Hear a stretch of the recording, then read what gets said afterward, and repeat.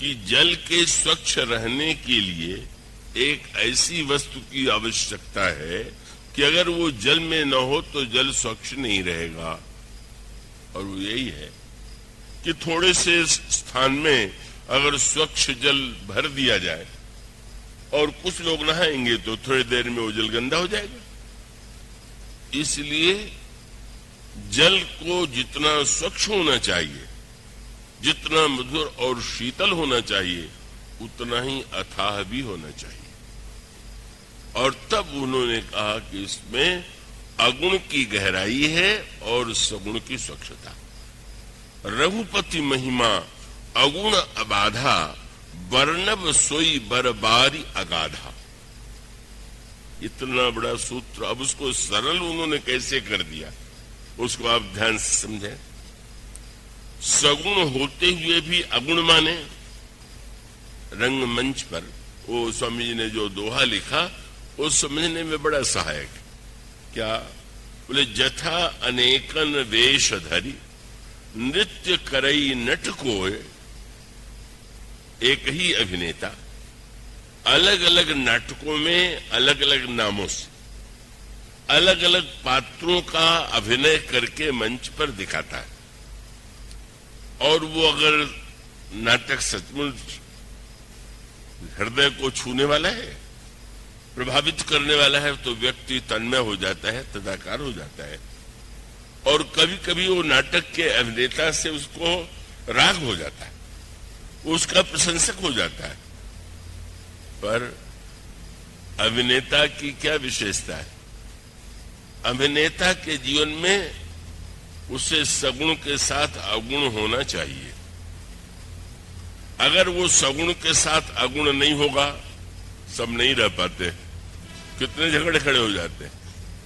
सगुण के साथ अगुण माने, अगर कोई व्यक्ति अभिनेता के किसी ऊंचे चरित्र को देखकर प्रभावित हो, लोग प्रभावित होकर के चरण भी छूने लगते हैं, सम्मान भी देने लगते हैं, ये तो लोगों की भावना है। पर गोस्वामी जी जो सूत्र देते हैं वो सूत्र क्या है? यथा अनेकन वेश धरी, नृत्य करई नटकोय, सोई सोई भाव दिखावई, आप न होय न सोय। सब वो अभिनय में दिखलाते हुए भी वह जानता है कि मैं ये नहीं। जैसा है वैसा दिखलाना सगुणता है, और ये सब कुछ मैं नहीं हूं, यही अगुणता। मानो गोस्वामी जी बताना ही चाहते हैं कि सगुणता ही तो प्रशंसा और निंदा, सुख और दुख, राग और द्वेष दोनों का कारण बन जाती है। आपकी कोई प्रशंसा करे आप बड़े प्रसन्न होंगे, निंदा करेगा तो आप दुखी हो जाएंगे। और ये प्रशंसा और निंदा का जो पक्ष है वो सदा एक जैसा रहने वाला नहीं। इसलिए जो सगुण होते हुए भी सदा अगुण रहे, यही गोस्वामी जी का दर्शन। आप कहां क्या कार्य कर रहे हैं, उस कार्य को निर्वाह करते हुए भी जब उसमें से किसी एक को आप सचमुच ये मान लेते हैं कि मैं यही हूं, तो क्या होगा? परिणाम होगा कि उस व्यक्ति का वो तो दुख को निमंत्रण दे रहा है, वो स्वयं अपने जीवन के लिए संकट उत्पन्न कर रहा है। कभी आप नाटक में हरिश्चंद्र बन गए और लोग आपके अभिनय से प्रभावित हो जाए, नाटक के बाद आपका चरण छूने लगे, माला पहनाने लगे, यहां तक तो ठीक। पर दूसरे दिन भी अगर आप हरिश्चंद्र ही बने बैठे रहे तो मांगने वालों की इतनी बड़ी बड़ी भीड़ एकत्र होगी कि कल तो आपने सारा राज्य दे दिया था और अपने पुत्र को भी बेच दिया था, मेरे लिए इतना दे दीजिए। मानुष का अर्थ ये है कि अब वो गोस्वामी जी इसको कैसे सुंदर ढंग से प्रस्तुत करते हैं। आप इसे यूं देखें, दो पात्र हैं, परशुराम और राम। दोनों को हम ईश्वर का ही रूप मानते हैं, ईश्वर का अवतार मानते हैं। संयोग ऐसा है कि दोनों का नाम राम है।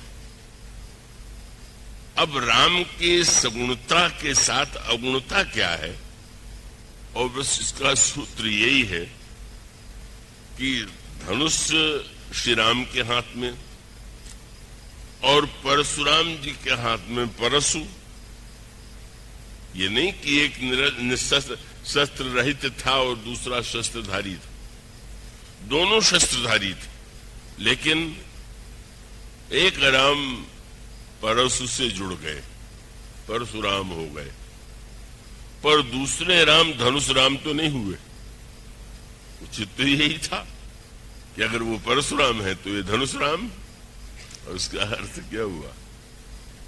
परशुराम जी की समस्या जिसने उनको आगे चल करके उनके सामने समस्याएं खड़ी यह की कि नाटक में जो वो बने कुछ समय के लिए उसमें इतने तदाकार हो गए कि वे भूल गए कि यह मैं नहीं। अब यूं आप विचार करके देखें, जब हम कहते हैं कि वे भगवान के अवतार हैं, भगवान के अंश हैं, तो उसको जरा व्यापक अर्थों में देखिए। भगवान के अंश तो हम और आप जितने हैं सब।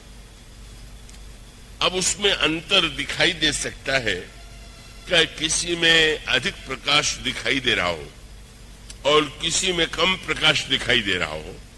दृष्टांत चंद्रमा का ले लीजिए, का चंद्रमा किसी दिन बहुत कम प्रकाश वाला, किसी दिन और अधिक, किसी दिन और अधिक, पर मूलतः तो चंद्रमा चंद्रमा ही है, चाहे वो द्वितीया का है चाहे पूर्णिमा का है, लेकिन उसमें मूल अंतर कहाँ है?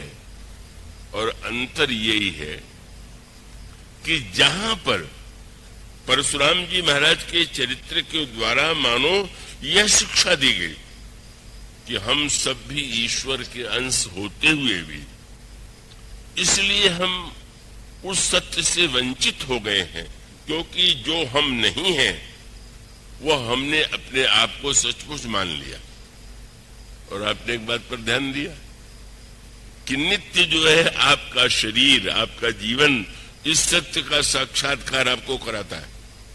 और वो क्या है? दिन भर आप काम करते हैं, थकान आ जाती है और होता है कि नहीं अब विश्राम करना है।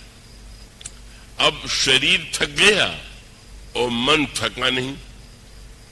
मन इसलिए नहीं थका कि मन को तो कोई उसका शरीर तो है नहीं, तो मन जब थकता नहीं है और शरीर कहता है कि हम तो सोएंगे, तो सपने आने लगते हैं।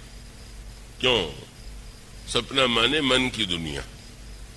मन में कुछ जो कुछ है जो आप दिन में नहीं कर पाए, रात के सपने में अनाप शनाप चाहे जो देख लेते हैं। उसके बाद एक तीसरी स्थिति और आती है, और तीसरी स्थिति क्या है कि जब सपना भी बंद हो जाता है, और सपना बंद होने के बाद आप जिसको सुषुप्ति कहिए, गहरी नींद कहिए, तब आप जब जग रहे थे तब भी आपके नाम था, आपकी उपाधि थी, आपका पद था, आपका संबंध था, आपका धन था, और इसी को लेकर के आप सुखी भी थे और दुखी भी थे। पर जब आप गहरी नींद में चले गए, मुझे आशा है कथा में आप वहां नहीं जाएंगे, कथा में आप जागृत ही रहेंगे, तो आप क्या होते हैं? आप किस जाति के होते हैं? आप किस कुल के होते हैं? किस परिवार के होते हैं? आपका क्या नाम होता है? आपका क्या पद होता है? आपका कितना धन होता है? आप गहरी नींद में कुछ नहीं होते। दिन में बहुत कुछ होने पर भी दिन रात झगड़ा हो रहा है, और गहरी नींद में कुछ नहीं होने पर भी आपको कितना आनंद आता है कि सो के उठते हैं तो कहते हैं आज तो बहुत ही अच्छी नींद आई। अच्छी नींद तो तभी आती है जब आप कुछ नहीं होते। जब होते हैं तब तो आप कभी इस तरह की आनंद की वृत्ति पा ही नहीं सकते।